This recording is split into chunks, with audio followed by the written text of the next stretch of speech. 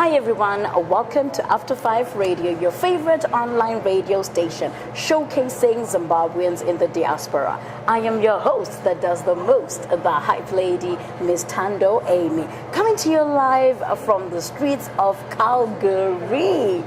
And joining me today is the talented artist. I have had the pleasure to see his work enhance over the years. And today we are celebrating him, Mr. Josiah Taundi. Thank you for having me.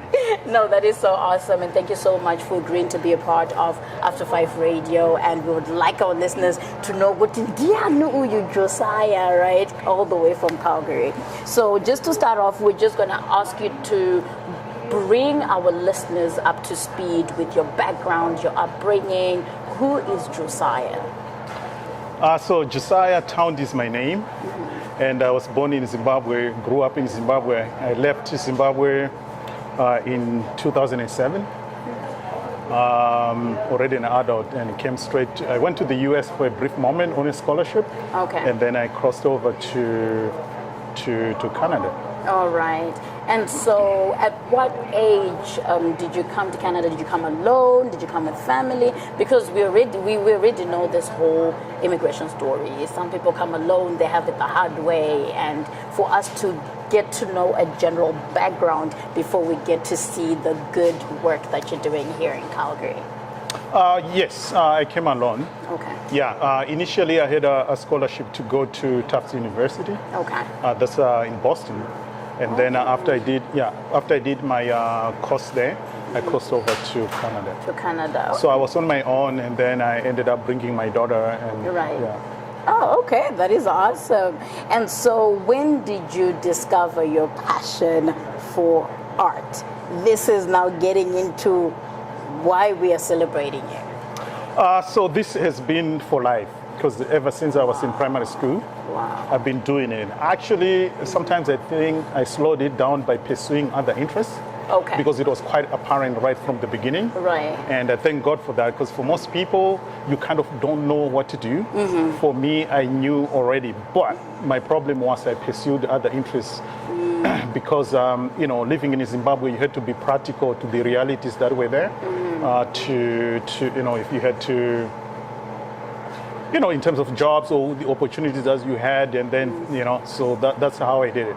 So now you mentioned something really profound, that you had to pursue other passions or other channels maybe of life, right? Because of course you need to pay the bills, and with where we come from, we expected to have this professional whatever. So what is your background in regards to that before you decided, okay, I am going to pursue art afterwards? Because art is your passion, it's something that you've had since you're young, but then you just didn't pick it up from the get-go. So what were you pursuing before that? So I went to University of Zimbabwe and I did political studies.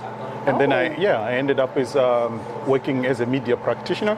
Okay. So as a journalist, and I also worked as human rights. Did a lot of worked for international organizations, humanitarian organizations in the process.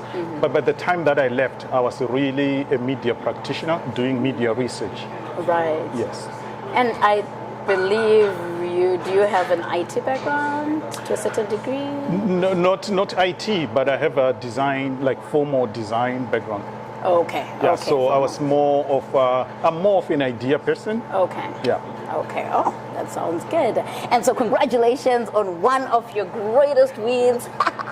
Why we are here today, because I believe there's more maybe that we may not know, and as a reason why we're sitting here today, so we can get to know more. So we see that we're celebrating an accomplishment of having your art being showcased out there, like here as we're sitting at Rosso Coffee Roasters.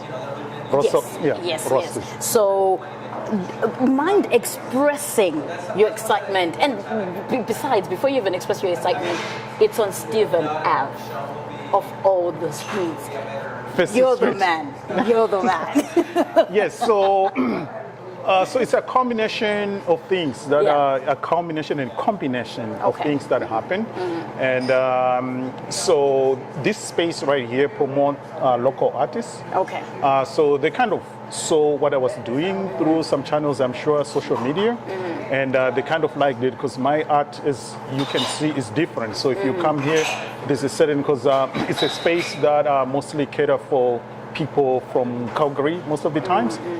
So I'm part of it, but I'm coming with a different voice. So I guess that was part of it because they looked through my work and they thought that it was something that needed to be shown. And that's how it came about. Right, and then you mentioned that your art was different. Do you mind describing your type of art? How would you, if somebody else, those who do not know Josiah, and what kind of art are we talking about? How would we best describe your work? So my artwork, it takes very formal elements of design. Yeah, so it just doesn't happen. It's planned. It takes time to realize. And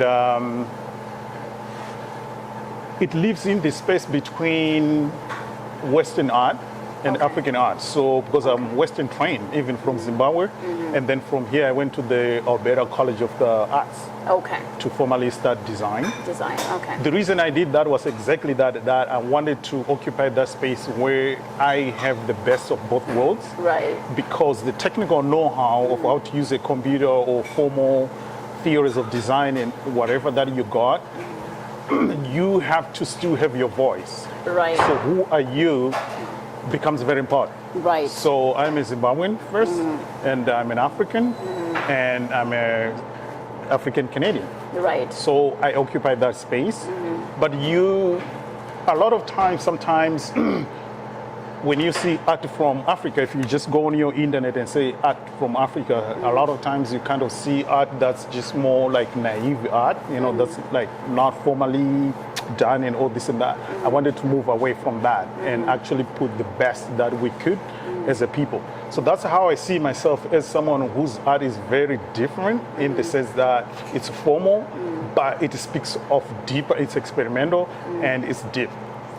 Jeez. That was a lot to take in. I was still trying to digest it. The moment you kept talking, I was like, wow, that's experimental at the same time, dipper at the same time, it takes time. I'm like, okay, so what propelled you then to decide this is what I want to go and pursue outside of what you'd already studied, outside of the bill type of job, 8 to 5, the norm or whatever, to say this is, I want my voice to be heard through my work? Okay, so I think I've said before that art is fate. Okay. So by fate, it just finds you. Right. So I realized over time that whatever I was doing, I was not satisfied with what I was doing. So you have the bills that you're talking about that you have to pay. We have people back home, and you have responsibility because I was already grown. I already had a child. So what then happens there is design was a choice because it's still art, but it's art that can pay the bills. I can build website, I can do branding for companies, and that's what I'm doing. I go to a job every day and I get paid, I'm on a salary and everything, so it's a job. But you have to find that place where you push your interest to the job that you want, and that was the sacrifice that I made, and I'm happy about it. Oh wow, and how was your support system in the choices that you eventually made? Be it friends, be it people who surrounded you, whatever. No one knew what I was doing. Except for me. Maybe except for you, yeah.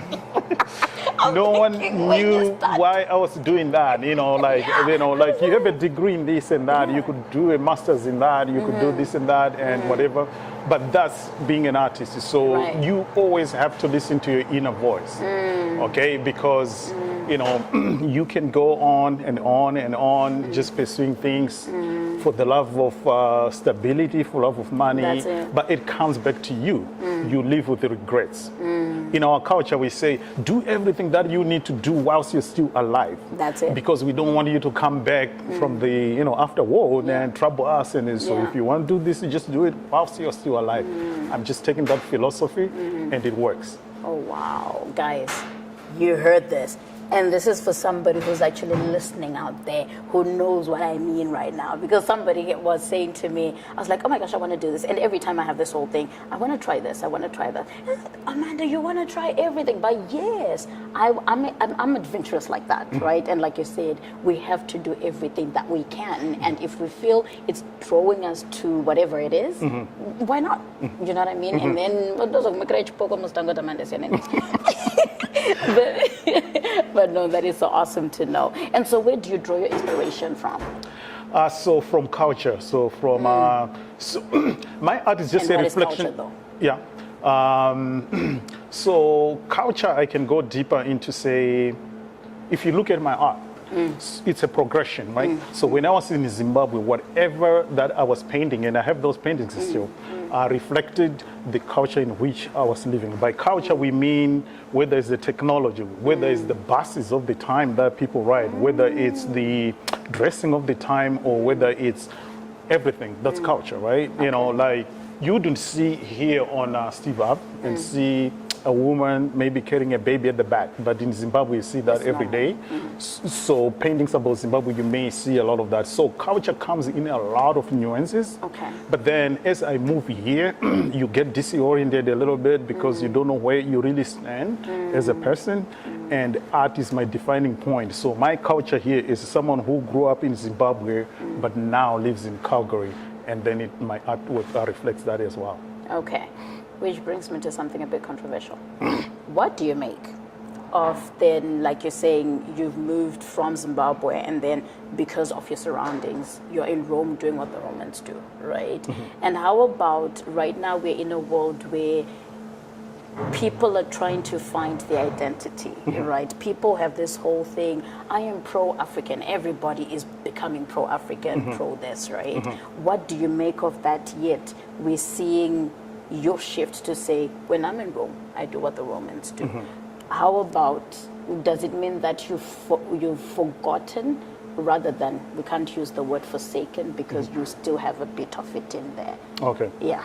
No, it's a continuation. It's nothing is lost, right? You have to speak to people. So if we have to speak to Canadians, we speak in English. If I have to speak to someone from Chipinge, we speak in Dao, which is where I come from. Okay. So that's how we do it. So what's happening here is what I'm tackling right now is a little bit more international. Okay. So nothing is really lost that you have forsaken something, because what's inherent is still the same. So back in Zimbabwe, I was always for the suffering people, and it's still the same thing. But what changes is what kind of people and what suffering means in different polities that we live. Okay. Yes. So nothing is really like lost. It's just a growth. I still have, I still do Zimbabwean things and all this and that, but I have to speak about where I am at a particular time. Okay. And it's always a progression. Right. And it makes sense, really. But then, it's one thing I'm noticing is when people draw to something that's trending, it kind of becomes extreme. When people draw to feminism, they do feminism to the extreme. I'm giving examples, right? When they draw to something different, it's like to the extreme without realizing why they're doing it, why it's being done, and why they're being a part of it. So I thought we should clarify on that and to hear your own point of view. Yeah, sure. Yeah, that is so awesome. So how do you get your work, other than just here, to art galleries? You said you were going international and all that jazz. How do you get your work out there other than just on social media? Or how are your connections like? How do you do that? It's just mostly social media. One thing leads to another. That's life.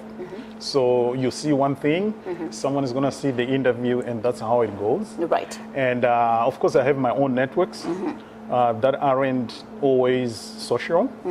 Sometimes I approach people. Sometimes I'm approached. Okay.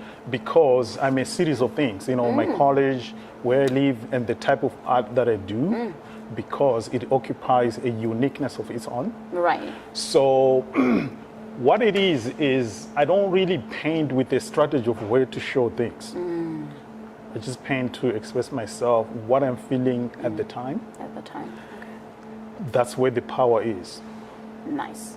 And that is exactly, even I think with people that write, when I hear people write, they're like, it's because I was angry, it's because I was hurting, it's because I was in love, Right. you know, and that's Something must drive you. something must drive you. Yeah. That is awesome and good to learn. So do you ever collaborate with other artists in the city, or maybe other cities in the province, or Canada-wide? Do you have any collaborations? No, not collaboration. Is like, can you clarify about collaboration? Like, So collaborations is having to do a certain piece of art together, or maybe collaborating for a good cause with different artists. So yes, Yeah. we do that. So we never really.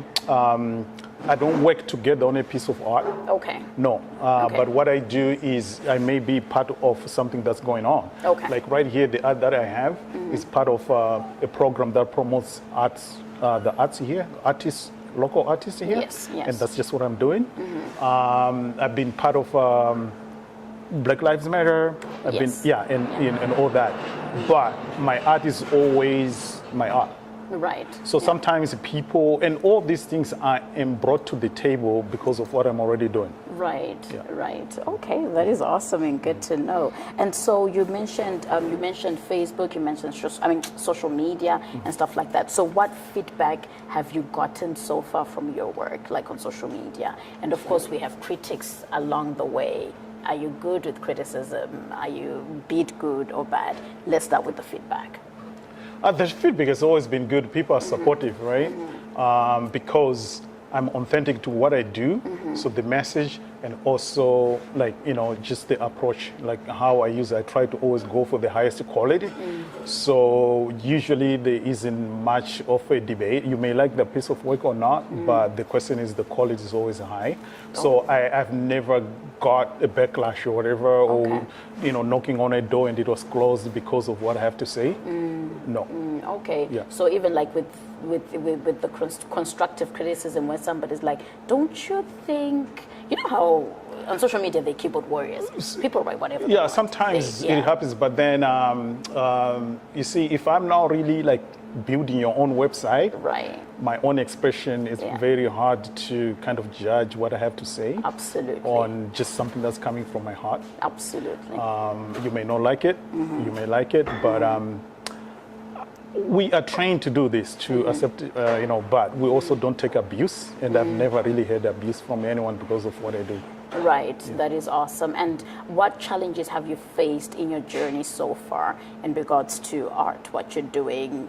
Have you ever had any hurdles, really? Because if it's something that you're doing at home, wega, and then afterwards you're thinking maybe the challenge is taking it out, or who's going to love my work, especially when you started. What were the challenges? You always have that struggle. Like Okay. when you do that, what am I going to make of this? And where can I show it? Just so you can share. Because art is something that you have to share. Just like Absolutely. music and stuff like that. Yeah. You can just do it and hide it. So I always have that struggle. I tell you, I've been doing this all my life, and it's still, the struggle is still the same. But what gives you the confidence, though, to say my work You is just have to good? do it.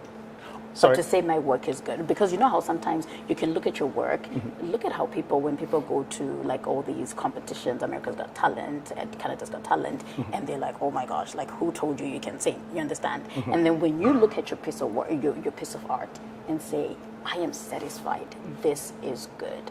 What gave you that confidence to think your work is good? Because art is different. You know, where people just throw paint.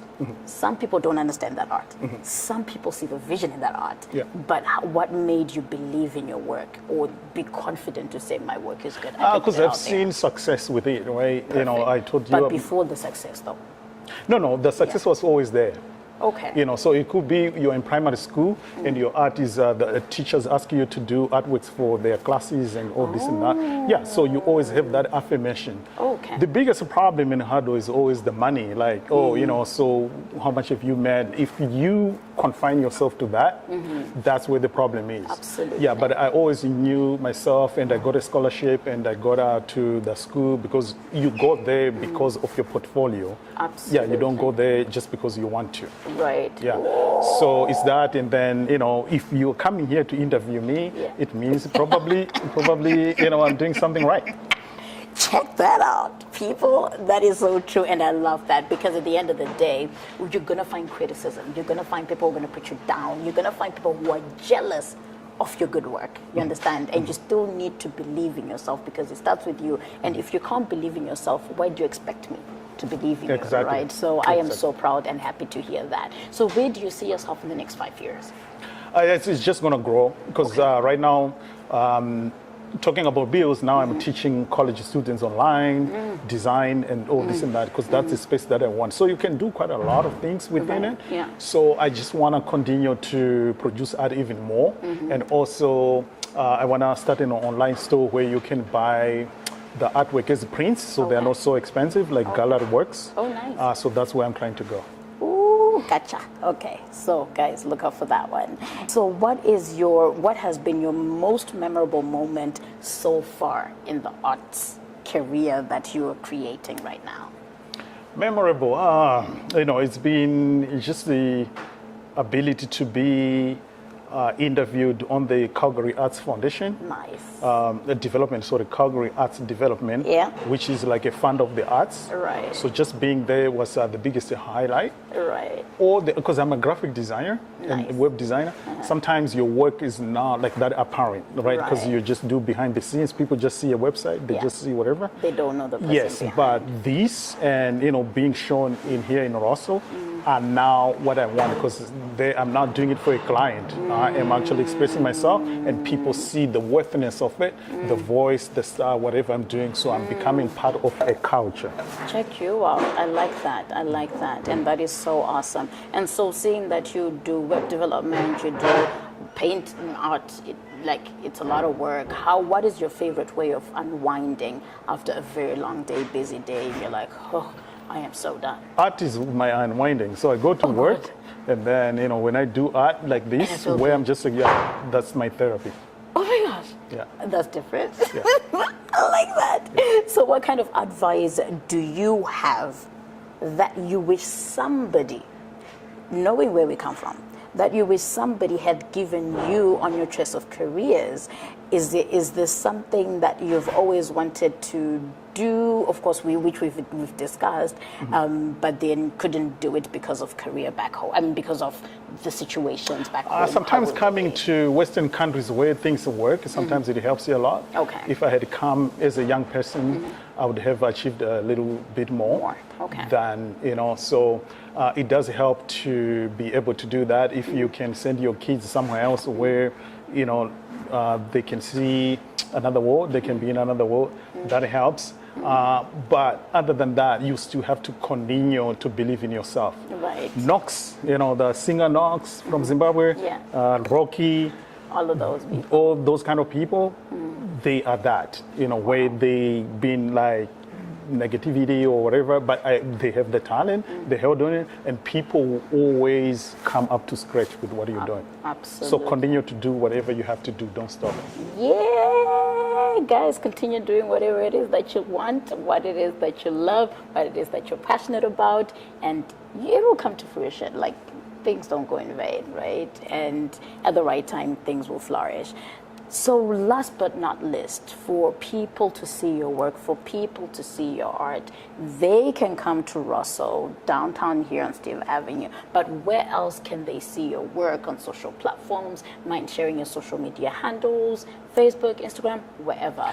This is for you. Instagram, I'm gonna have, I'm putting up my website, revamped. But on Instagram, you can go to Josiah Taundi Designs. Josiah Taundi Designs. That's Instagram, and you catch me there. And Facebook? And Facebook is the same thing. Okay. Yeah, Josiah Taundi. Okay, so guys, you heard it for yourselves. Thank you so much, Josiah. That is all that we had for you today. Unless if there's any jams that you wanted to give our listeners right now before we go, the floor is yours. No, just the same thing, that continue to pursue your craft. Yeah. Continue to believe in yourself. Yeah. And everything will go right. Right. That is so awesome. It's been a pleasure and an honor to have you on After5 Radio. And I am sure our listeners have had an opportunity to know who Josiah is. And thank you so much. Thank you for having me. All right. Awesome. Have a good one. Thank you, Zimbabwe.